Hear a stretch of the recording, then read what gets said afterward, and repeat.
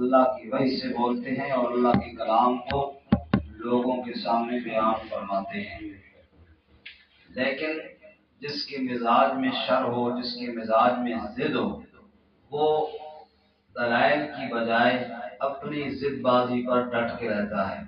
چنانچہ وہ لوگ اس چیلنج کو تو قبول نہ کر سکے، لیکن اپنی شرارتوں سے باز نہ آئے، اپنی ہٹ درمی سے باز نہ آئے، کیونکہ مزاج کے اندر شر تھا۔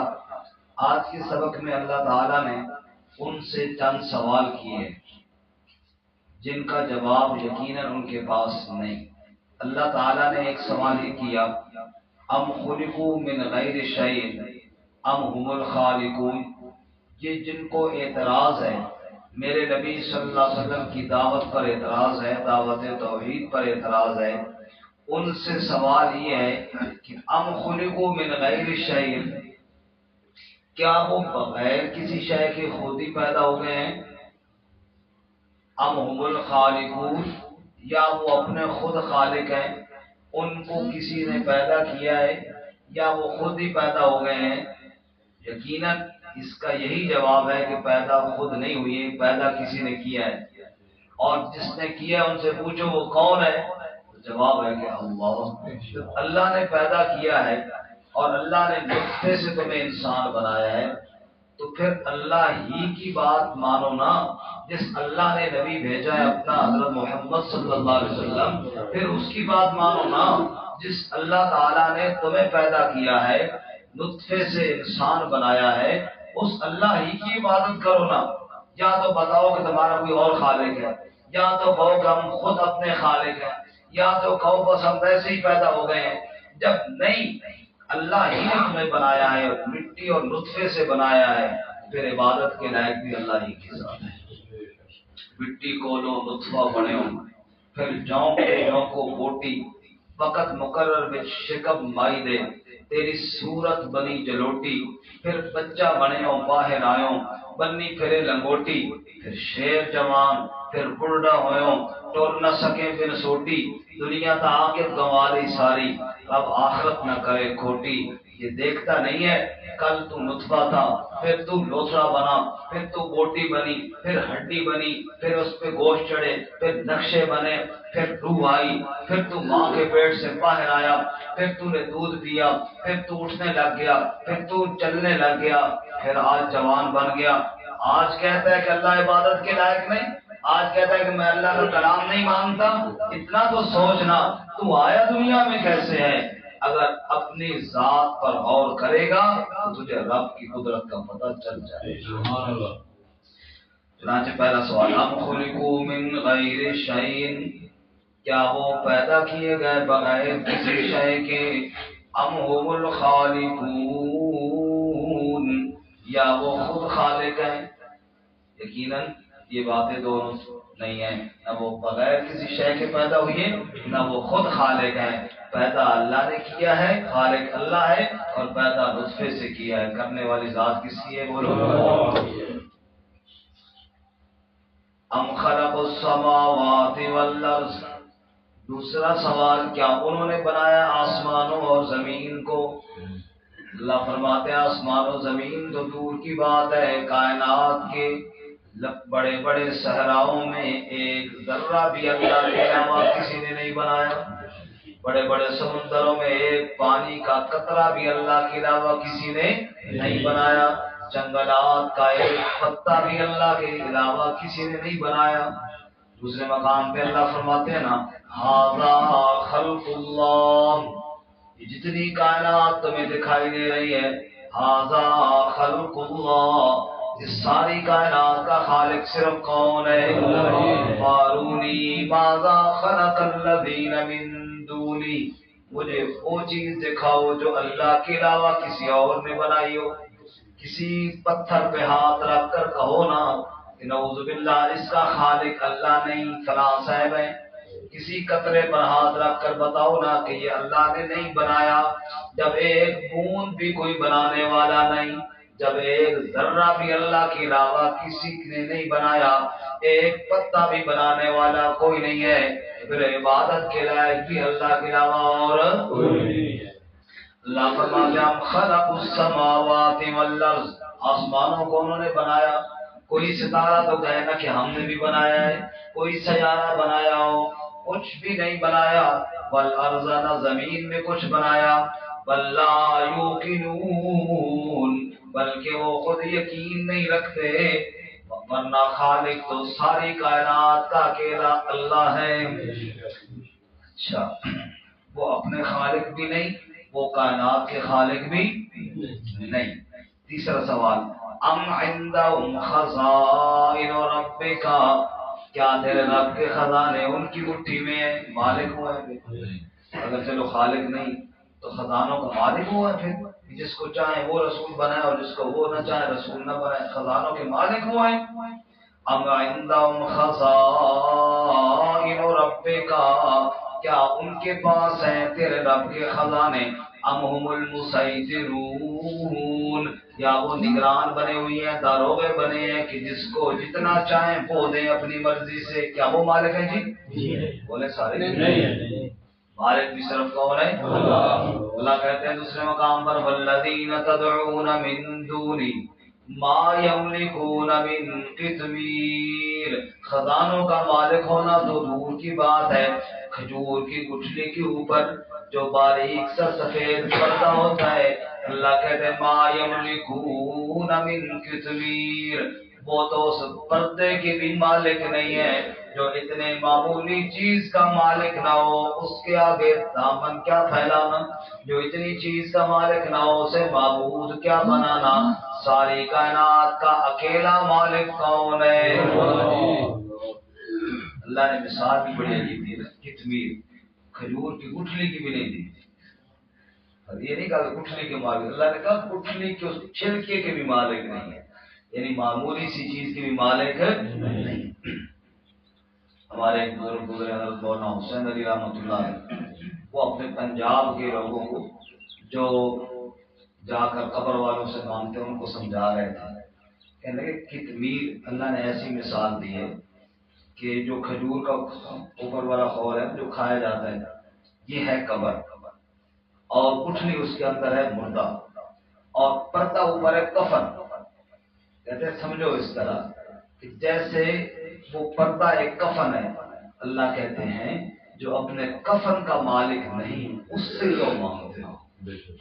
دیکھو میت کو کفن میت کی مرضی سے پہنایا جاتا ہے یا وارثوں کی مرضی سے؟ ایک آدمی اس کو اکٹھا نہ پہنا، کسی رنگدار کپڑے میں کفن پہنا دے تو میت نے تو نہیں کہنا کہ دوسرا پہنو.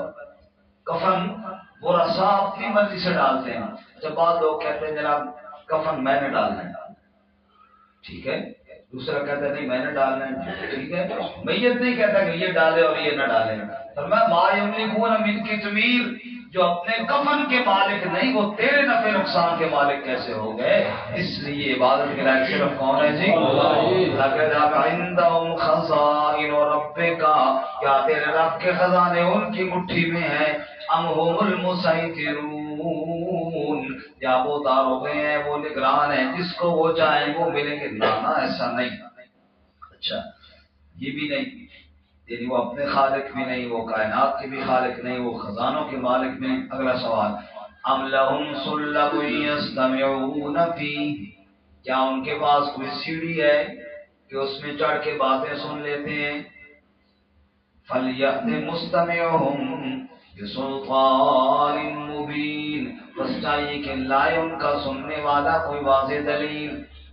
کیا ان کے پاس اتنا علم ہے؟ نعوذ باللہ، جتنا اللہ کے پاس ہے معاذ اللہ، کہ وہ سیڑھی پہ چڑھ کے جاتے ہیں اور وہاں سے اللہ تعالیٰ کی ساری باتیں سن کے آ جاتے ہیں اور ان کے پاس علم ہے. مطلب وہ خالق بھی نہیں، وہ مالک بھی نہیں، اور وہ عالم بھی نہیں، ان کے پاس علم بھی نہیں. علم بھی سارا رب کے پاس ہے، اور یہی دو صفتیں جس پہ ہوں وہ الہ ہوتا ہے، اختیارات کا مالک ہو اور علم رکھنے والا ہو. دیکھو معبود کے اندر بنیادی طور پہ دو ہی صفتوں کا ہونا ضروری ہے، ایک قدرت اور دوسری بولے جی قدرت اور علم. ہم عبادت کرتے ہیں اللہ کی تو اللہ کو ہماری عبادت کا علم ہوتا ہے. حتیٰ کہ نیت اور ارادے کا بھی علم ہے کہ اس نے نیت کیا کی ہے. پھر اللہ اس میں جزا اور سزا کی قدرت بھی رکھتا ہے، تب وہ معبود ہے. جس کے پاس قدرت نہ ہو یا جس کے پاس علم نہ ہو وہ معبود بن سکتا ہی نہیں. اللہ تعالیٰ نے قدرت کی نفی کرنے کے بعد پھر ان سے سوال کیا کہ کوئی سیڑھی ہے جس پہ چڑھ گئے ہیں اور باتیں سن آئے ہیں تو لے آئے نا دلیل کہ ہمارے پاس سیڑھی ہم اوپر چڑھ جاتے ہیں، نعوذ باللہ باتیں سن کر آتے ہیں. مطلب یہ ہے کہ یہ بھی کوئی نہیں ہے. بھائی اللہ نے بھیجی نہیں اور اوپر وہ گئے نہیں تو پتہ کیسے چل گیا؟ سمجھ آئی؟ مولوی صاحب دعا کر رہے تھے میری طرح کہ یا اللہ شہادت کی موت دے دوں. ایک مقتدی آتا استاد جی جہاد تو سر جانا نہیں، جہاد تو سر حلوے وچ کہ بم پانا نہیں، تسی شہید کس طرح ہو؟ سمجھ آئی؟